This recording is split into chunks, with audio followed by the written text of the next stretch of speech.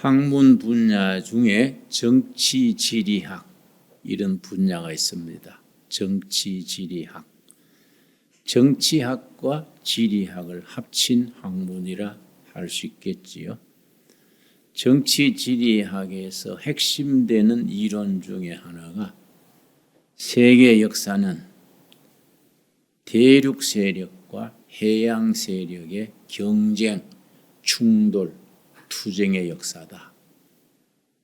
길고 긴 세계사에서 대륙 세력과 해양 세력이 투쟁했는, 전쟁했던 역사가 작은 전투 다 합치면 15번, 큰 전투는 5번, 그 역사가 세계사의 중심을 이루어왔다. 예를 들어서 카르타고와 로마가 충돌해서 긴 세월 투쟁했는데 카르타고는 대륙 세력, 로마는 해양 세력. 영국과 독일이 2차 대전 때 아주 참 나라의 명운을 걸고 전쟁했는데 영국은 해양 세력, 독일은 대륙 세력. 소련과 미국이 격돌했는데 소련은 대륙 세력, 미국은 해양 세력. 그렇게 이제 큰 전쟁으로 이해할 수 있겠습니다. 그런데 거기에 한 가지 법칙이 있어요. 정치지리학에 15번의 전투, 크게는 5번의 충돌에서 항상 해양 세력이 승리했다. 이게 하나의 공식입니다. 우리 한국은 대륙 세력과 해양 세력 중간에 위치하고 있는 반도 국가입니다. 대륙 쪽으로는 중국, 러시아, 해양 쪽으로는 일본, 미국, 호주, 양 세력 사이에 건널목이 대한민국입니다. 그래서 우리 위치가 아주 참 어려운 위치입니다. 대륙 세력이 승리하면은 대륙 세력에 공물 바치고 조공 바치고 종살이하고, 해양 세력이 승리하면은 그쪽 영향에 속하게 됩니다.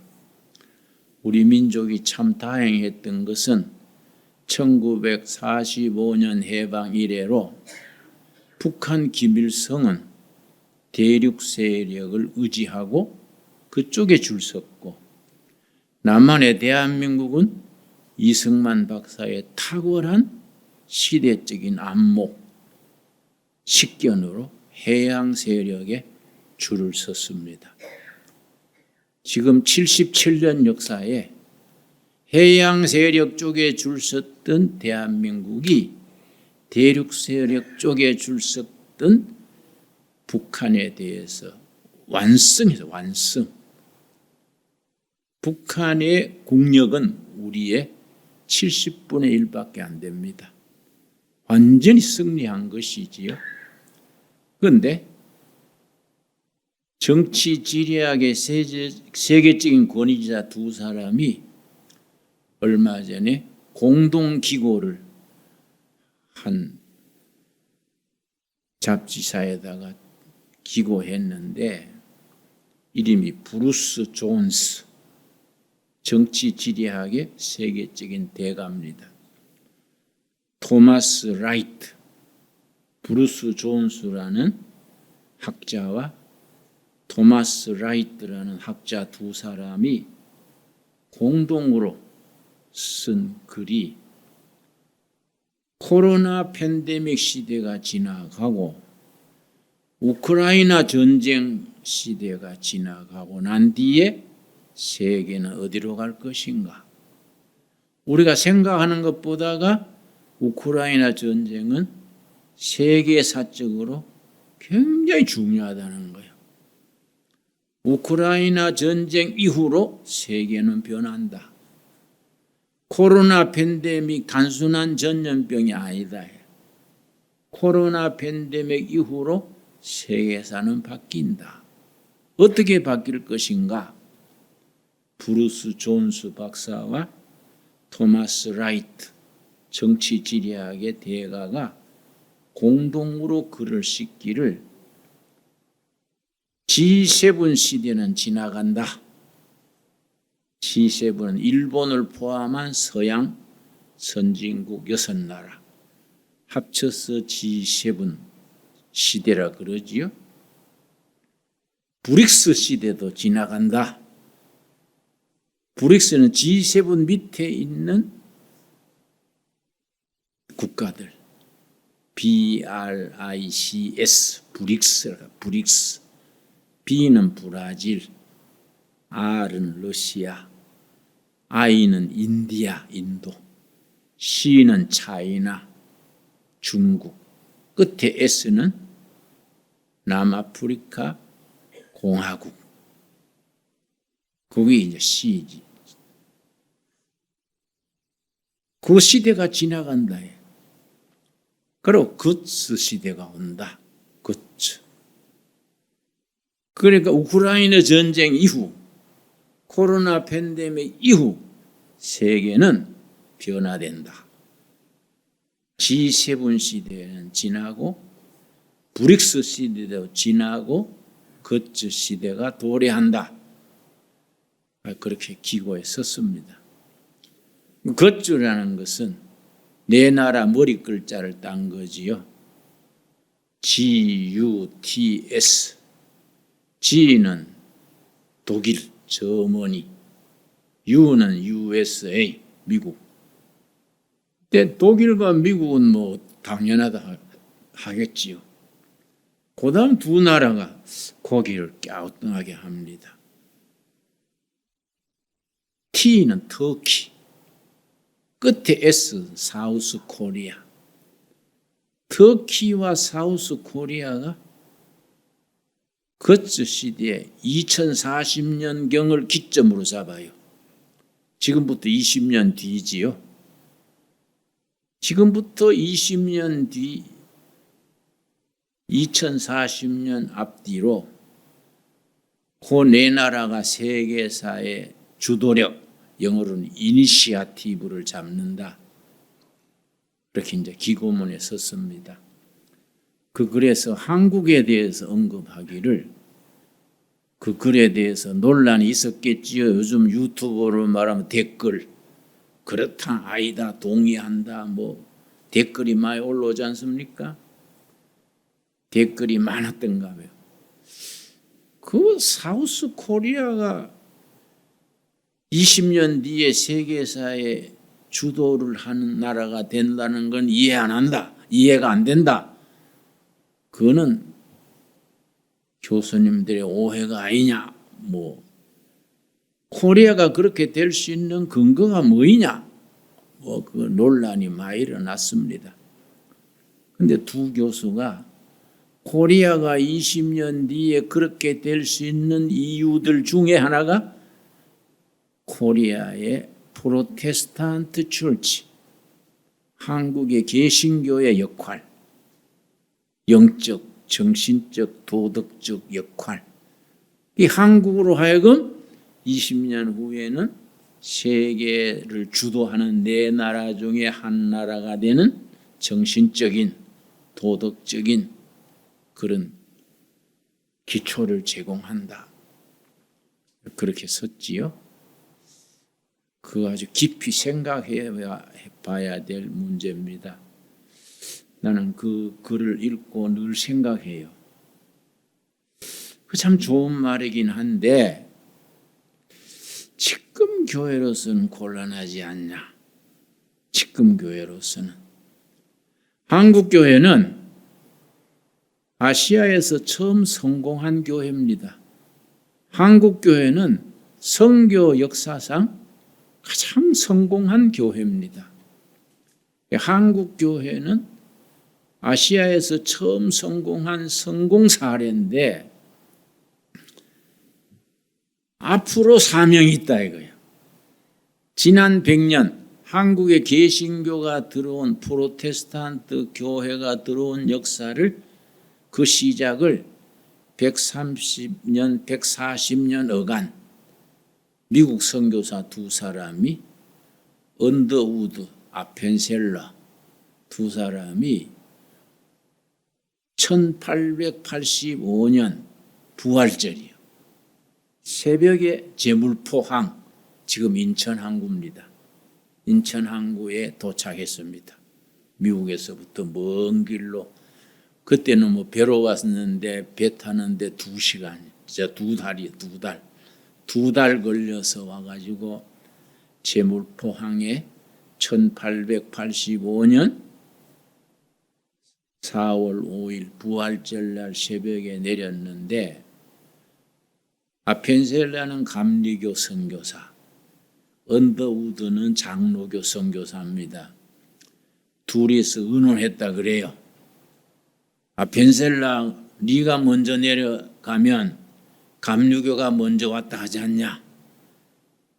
내 언더우드가 먼저 내려가면 장로교가 먼저 온 게 아니냐? 배에서 내릴 때 우리가 의논하자. 둘이서 배에서 조선 땅을 딱 밟을 때 1, 2, 3 해서 같이 딱 조선을 밟자. 아주 재미있는 얘기예요. 그래서 둘이가 1, 2, 3 해서 같이 내렸다는 겁니다. 아펜셀러는 저기 학교를 많이 세웠어요. 배제학당. 또 언더우드는 연희전문학교. 교육사업에 많이 투자하고 또 병원 세우고 맹렬하게 선교했습니다. 특별히 아펜셀러는 전설적인 죽음인데, 인천에서 배를 타고 또 서해안으로 갔다가 오다가 배가 파손되게 됐어요. 그런데 보트를 하나 있어가지고 배에 탄 사람들 중에 12명밖에 못 타는 보트요. 그래 사람들이 선교사니까 당신이 여기 타세요.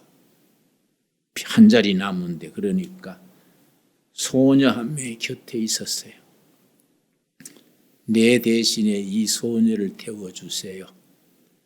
나는 천국으로 바로 갑니다. 그러니까 소녀를 태우고 자기는 죽었어요. 참 좋은 죽음이지요. 거기서부터 한국교회가 시작이 돼가지고 아시아에서 처음 성공한 기독교를 세웠지요. 한국교회는 한국의 뿐 아니라 통일한국 시대에 우리 민족의 정신적인 영적인 중심일 뿐 아니라 아시아 선교에 아주 중요한 역할이 있습니다.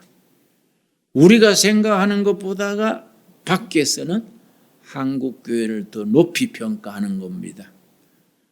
그래서 세계적인 석학 브루스 존스, 토마스 라이트 이런 분들이 한국교회를 그렇게 그 가능성을 높이 평가하는 겁니다. 한국교회가 가지는 잠재 능력, 그걸 영어로 포텐시얼리티 그래.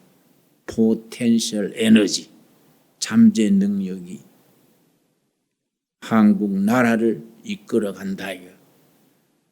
우리가 거기에 대해서 외부에서 인정해 주는데 우리는 요새 오히려 위축되어 있는 거예요.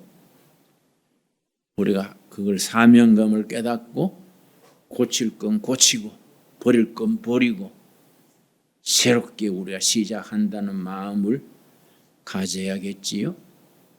한국이 이만큼 해양 세력에 단군 이래 처음으로 우리가 해양 세력에 선 겁니다. 이승만 박사의 해안으로. 그래서 이만큼 우리가 국력을 신장해서 세계의 나라가 228개국입니다. 전 세계 나라 숫자가. 그중에 우리가 10등 안에 드는 나라가 된 거예요. 참 감사하지요. 불행하고 안타깝게도 북한은 세계에서 꼴찌에서 2등이야. 우리는 선두에서 10등 안에 들어가고. 요즘은 오히려 일본보다 우리가 앞설라 그러지요.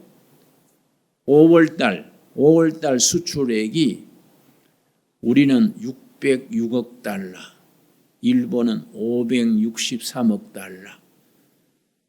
우리가 일본보다 한 10% 수출이 더 많은 겁니다.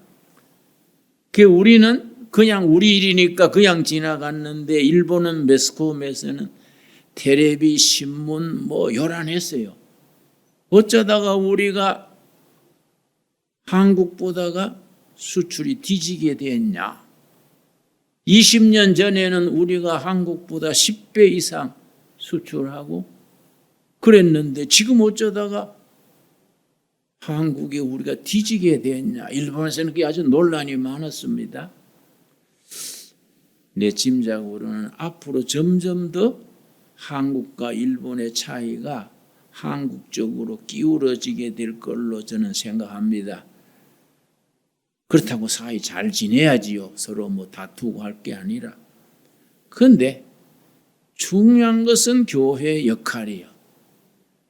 우리가 밖에서 인정하는 그만큼 지나간 100년 역사에서는 우리가 역할을 해왔지요. 다가오는 100년이요. 또 줄여서 다가오는 10년. 앞으로 10년이 우리 민족과 우리 한국교회의 결정적인 찬스입니다. 앞으로 10년 정신을 바짝 차려야 돼요. 10년 안에 나는 통일이 될 걸로 생각하고 대한민국 헌법으로 통일이 되는 겁니다. 자유, 통일. 통일이 된 뒤에 통일 한국이 한 10년간 과도기를 거쳐서 그 다음에 정치 지리학의 석학들이 언급하는 바대로 세계를 주도할 수 있는 이니시아티브를 가질 수 있는 네 나라 중에 한 나라로 등장해야지요. 그렇게 되도록 우리가 국력을 합쳐야 되지요. 자, 그러면 한국 교회가 그렇게 중요한 교회인데 한국 교회를 세우는 데에 미국 선교사, 카나다 선교사, 호주 선교사, 선교사들의 참 헌신, 순교, 땀과 눈물의 역사가 있었지요. 충청남도 거기에 가면은 영동군에 충청도 영동군 충남 영동군에 영동읍에서 차로 2시간 들어가는 꼴짜기에 그 백두대간 산골짜 깊은 곳에 조동교회를 했습니다. 조동교회. 1912년에 세워졌습니다. 한일 합방이 1910년에 이루어졌는데 그 2년 뒤에 미국 선교사가 와가지고 미국 유니온 신학 출신 엘리트 선교사가 와가지고 그 충청도 영동읍에서 2시간 더 차로 들어가니까 얼마나 꼴짝입니까? 그 조동교회를 개척했습니다. 그 선교사들이 돌아가면서 그 교회를 이끌었는데 그 교회에 1926년에 프린스턴 신학교에서 학사, 석사까지 받은 엘리트지요. 프린스턴 신학은 미국의 명문 아닙니까? 거기에 석사까지 받은 선교사가 제이슨 퍼디요. 이름이 제이슨 퍼디. 26살에 아내를 데리고 갓난딸 데리고 선교사로 왔습니다. 제이슨 퍼디 선교사가. 마침 그때 충청도 지방에 장질부사가 돌았어요. 장질부사를 옛날 말로 엠뱅하죠. 엠뱅. 이 엠뱅할 그러지요. 응? 욕할 때도 엠뱅이나 걸려라 그러지요.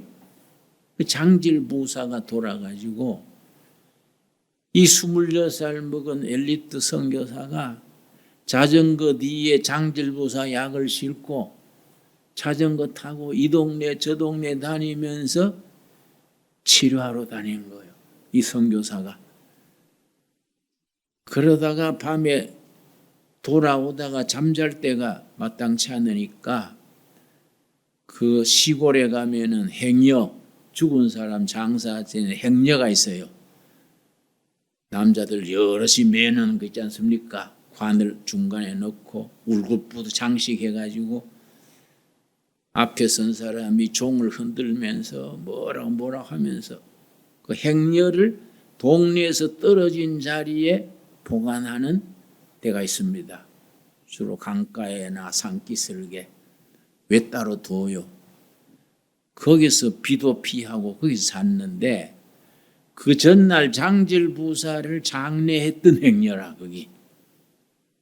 근데 그걸 모르고 거기 자고 나서 장질부사에 걸려서 29살 나이에 죽었습니다. 그러니까 조동교에 부임한 지 3년 만에 장질부사 환자 고치려고 자전거 타고 이 동네 저 동네 다니다가 자기가 장질부사에 걸려서 죽었어요. 그게 조동교예요. 그 뒤에 5달 뒤에 그 사모가 아기를 낳았어요. 그 아기 아들을 낳았는데 이름이 존 퍼디요. 존 퍼디. 아버지는 제이슨 퍼디고. 존 퍼디가 아버지의 유지를 받들어서 자기도 목사가 됐어.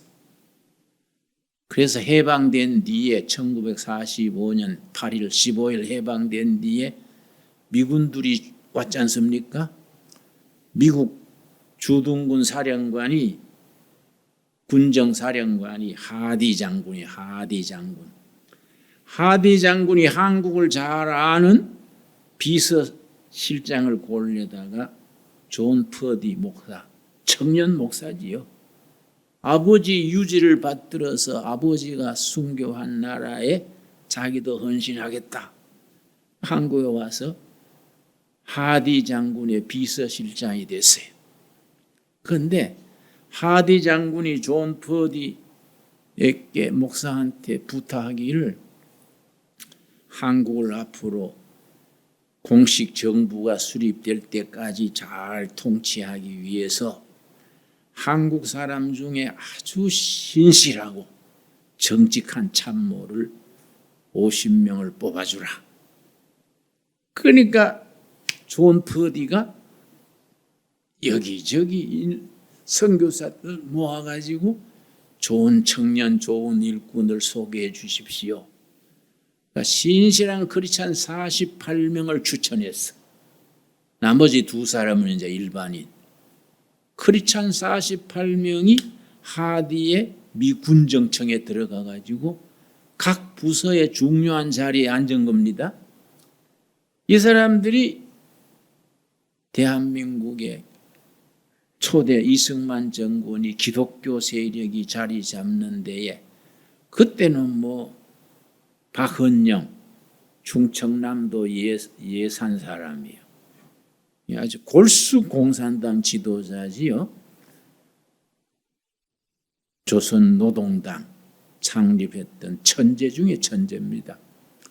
그 지지 세력이요 이승만보다가 월등히 높았어요. 그리고 미군정청에서 여론조사를 했습니다. 대한민국 정부 수립되기 전에 앞으로 세워질 신생국가는 공산주의로 나가야 되느냐, 민주주의로 나가야 되느냐, 사회주의 경제를 해야 되느냐, 자본주의 경제를 해야 되느냐. 미군정청에서 여론조사를 했는데 그 자료가 나와 있어요. 78%가 공산주의 하자는 거예요. 1917년 소련이 공산혁명 한 뒤에 레닌이라는 사람이 아주 참 탁월한 지도자랬습니다. 그 사람이 뭐라는 거 아니? 빛은 동방에서 앞으로 조선이 일본의 압제에서 벗어나서 세계 공산주의 운동에 앞장서야 된다. 그래서 조선 해방을 위해서 적극적으로 밀겠다. 뭐 이렇게 말하니까 지식인들, 조선 사람들이 글이 쏠리는 거예요. 미국은 너무 멀리 있고 중국은 이빨 빠진 호랑이고 앞으로 조선 독립을 하려면 소련에 기대해야 된다. 그래가 공산주의 인기가 있었습니다. 그대로 나갔으면은 공산주의가 박헌영 대통령이 나왔겠지요. 근데 박헌영이 욕심을 냈어. 워낙 인기가 높고 공산당 지지 세력이 많으니까 그걸 유지하기 위해서 위조 지폐를 만들었어요. 1946년입니다. 1946년에 일본이 도망갈 때 버리고 간 돈 찍는 기계 있지요. 그걸 구해가지고서는 뚝섬에 조선 정판사라는 일제시대 돈 찍던 인쇄소가 있었어요. 그걸 사들여가지고 낮에는 공산당 기간지 인민일보 찍어내고 저녁에는 이제 공산당 핵심 당원 12명이 돈을 찍은 거예요. 새벽 되면 한차 찍어가지고 추럭에 싣고 전국 공산당 조직에 풀어서 방비로 쓰고 그렇게 했는데 그게 들통나버렸어. 그래가 박헌영이 체포령이 내린 거지요. 할 수 없이 북한으로 피난 갔어요. 행여 속에 관 속에 들어가 가지고 공산당 역심당원이 어깨에 메고 서울에서부터 장례 행차로 나가니까 미군이나 경찰이 죽은 사람 장례한 줄 알고 보내줬어요. 서울서 미아리 고개 건너면서 의정부로 동두천으로 포천으로 해서 북한으로 가버렸지요. 참 역사란 것이 아슬아슬하지요. 그래서 박헌영 대통령이 나오지 않고 이승만 대통령이 나온 겁니다. 이승만 대통령은 감옥에서 사형수로 있다가 요즘 말하면 운동권, 왕제도, 고종 황제 이런 폐위하고 민주주의 하자 그러니까 고종이 괘씸하다고 감옥에 넣어서 사형 선고를 내렸어. 그런데 아편셀레가 세운 배제학당에서 영어를 배우러 다녔어. 얼마나 이 사람이 이승만이 천재를 했냐면은 배제학당에 영어 배우러 들어가 가지고 6개월 만에 후배들한테 영어 강사가 됐어. 그래서 독립운동처럼 황제 폐위하고 민주주의 하자고 그러다가 잡혀가지고 한성 감옥에 갇혔는데 사형수로 있으면서 근데 1899년에 감옥에서 예수님을 영접했어. 그 대한민국 역사, 조선 역사에 양반으로서는 처음으로 예수 믿었어. 이승만이. 전부 밑에 백정, 새우장사 이런 사람들이 예수 믿었지. 양반은 공자왈, 맹자왈 그러고 예수 안 믿었어요. 이승만이 제1호요. 1899년. 그래서 감옥 안에서 전도를 많이 해서 41명을 전도했습니다. 그 사람들 중에 이상제, 이준열사, 헤이그 밀사 사건 아시지요? 이준열사, 이상제 이 사람들이 다 이승만 청년이 감옥에서 전도한 사람들입니다. 그 이승만이 그렇게 시작을 해서 어떻게 미국 갔냐 하면은 고종 황제가 일본도 못 믿겠고 소련도 못 믿겠고 중국도 못 믿겠다. 우리가 믿고 의지할 나라가 어느 나라냐? 그러니까 신하들이 바다 건너 미국이라는 나라가 믿을 만합니다. 그러면 사람을 보내가 미국에 보내가지고 우리 좀 도와달라 하자. 미국에 특사를 보내기로 했어요. 그럼 그러려면 영어를 잘해야 되지 않습니까? 고종 황제가 신하들한테 물었어요. 영어를 누가 잘하냐? 신하들이 영어라면 이승만입니다. 그러니까 그 자가 어디 있는고? 한성 감옥에 옥살이 하고 있습니다. 그 자를 당장 데려와라.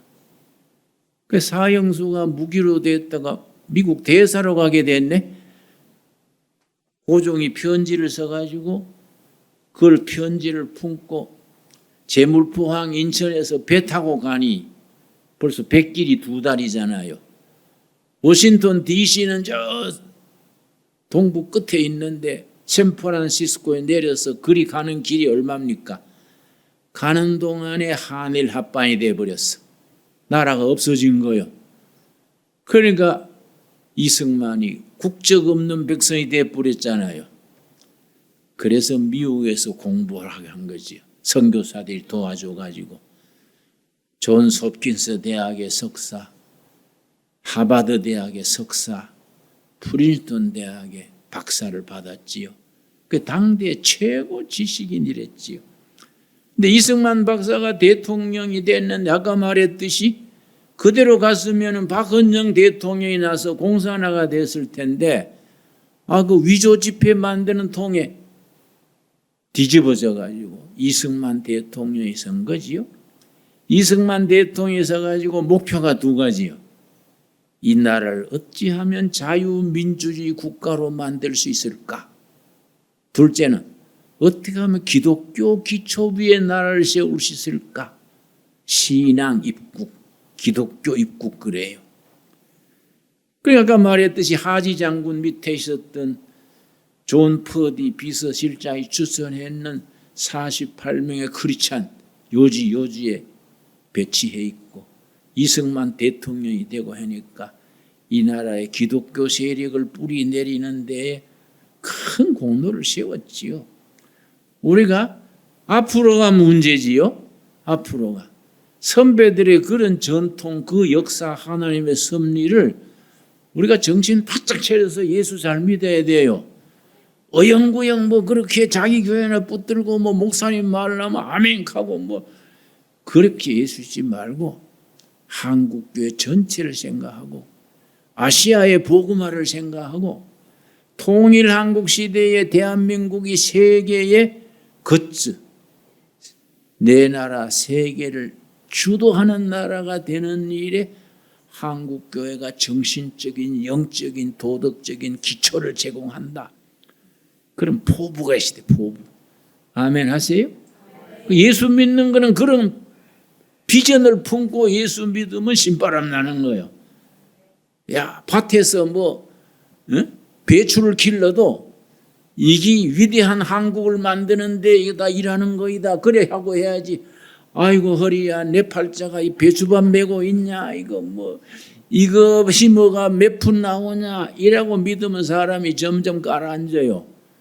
배추를 먹여도 거기 위대한 미래를 위해서 하는 게다. 그 유명한 사람이 그랬습니다. 옛날에 자기 매일 아침에 마당을 쓰니까 그 제자들이 선생님 뭘 하고 헛날 매일 마당을 쓰십니까?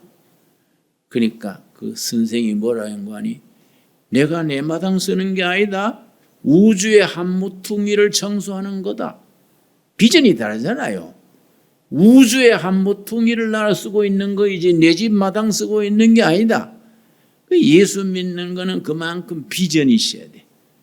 그러고 우리나라 우리 교회가 하나님의 쓰임 받아서 위대한 미래, 그레이트 퓨처, 위대한 미래를 이루는 데 나도 이만큼 쓰임 받겠다. 교회 헌금을 해도 단돈 10,000원을 50,000원을 내도 이게 하나님 나라 일을 이루는데 이건 군자금이다. 이런 마음을 가지고 내면 돈 버는 것도 신나지요. 많이 벌어가 헌금 많이 해야지. 그건 아멘이 없습니까? 응? 헌금할 생각이 없어요? 응? 그런 포부를 가져야 돼. 안 그렇습니까? 그러면 우리가 예수 믿는 것이 벌써 차원이 달라지는 겁니다. 응? 그러니까 우리가 둘의 온라인 교회는 벌써 세계적이잖아요. 응? 온라인 교회가 벌써 27개국에 가 흩어져 있는 성도들이 같이 예배드리고, 그러니까 아프리카에도 있더라고요. 아프리카 교인도 있고 남미 브라질 교인도 있고 세계 흩어져 있어요. 우리가 여기서 모인 사람 몇이 안 되지만은 세계에 흩어진 교인들이 같이 예배드리고 같이 기도하고 우리가 그런 대한민국의 미래를 향해서 중보기도 해야 돼요. 그리고 우리 교회가 새로워져 가지고 우리 교회가 가진 사명을 감당하도록 하나님이 써주십시오. 이런 사명을 가져야 됩니다. 그런 운동의 가장 중심에 뭐가 있어야 되느냐?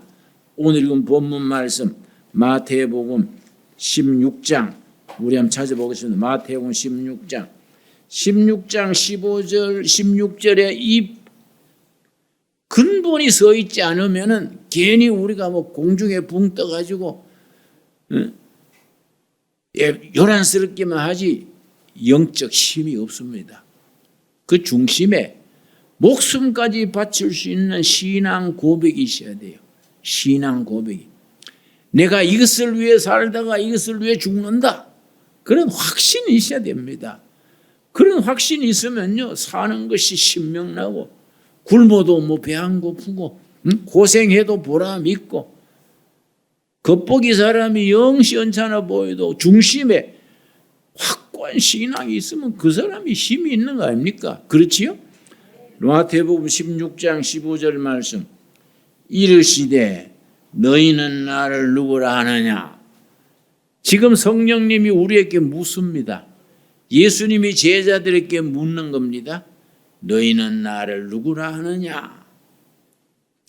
베드로가 척 나서 가지고 뭐라고 대답합니까? 16절 우리 같이 읽겠습니다. 시몬 베드로가 대답하여 이르되 주는 그리스도시요 살아계신 하나님의 아들이시니이다. 주는 그리스도시요 살아계신 하나님의 아들이니이다. 신앙 고백이요. 신앙 고백. 우리 목숨을 걸 수 있는 신앙 고백이 시련이 와도 좌절이 와도 어떤 처지에든지 그거 붙들고 천국까지 가는 겁니다. 주는 그리스도시요 살아계신 하나님이십니다. 예수님이 나의 주인입니다. 예수님이 생명이고 진리고 우리의 미래입니다. 그런 확신 있는 신앙에 똘똘 뭉쳐서 쓰임받는 둘의 온라인 교회 성도들이 될 수 있게 되기 바랍니다. 그래서 우리가 생각하는 것보다가 둘의 온라인 교회는 더 중요해요. 훨씬 더 중요합니다. 우리는 그런 뜻을 가지고 모인 동지들이 모여야 돼. 뭐 교인 몇 명이다 뭐 그런 거 따지지 말고 목숨같이 지킬 수 있는 신앙을 가지고 그 신앙이 그 시대를 위해서 헌신하는 거예요. 그럼 하나님께서 사용하실 줄로 믿습니다. 기도하겠습니다. 하나님 감사합니다. 때를 따라 도우시는 아버지 은혜로 오늘 또 예배드리면서 우리가 주님의 말씀 앞에 겸손히 엎드립니다. 주는 그리스도시요 살아계신 하나님이십니다. 역사를 주장하시는 주인이십니다. 하나님의 섭리가 세상 역사를 다스리십니다. 우리가 아멘으로 응답하게 하여 주시옵소서. 우리를 사용하시고 한국교회를 높여주시고 한국교회 일꾼들이 뜨거운 사명감을 가지고 통일 한국 시대, 예수 한국 시대, 예수 아시아를 위하여 세계 선교를 위하여 헌신할 수 있도록 인도하시옵소서. 예수님 이름 받들어 기도드려 사옵나이다. 아멘.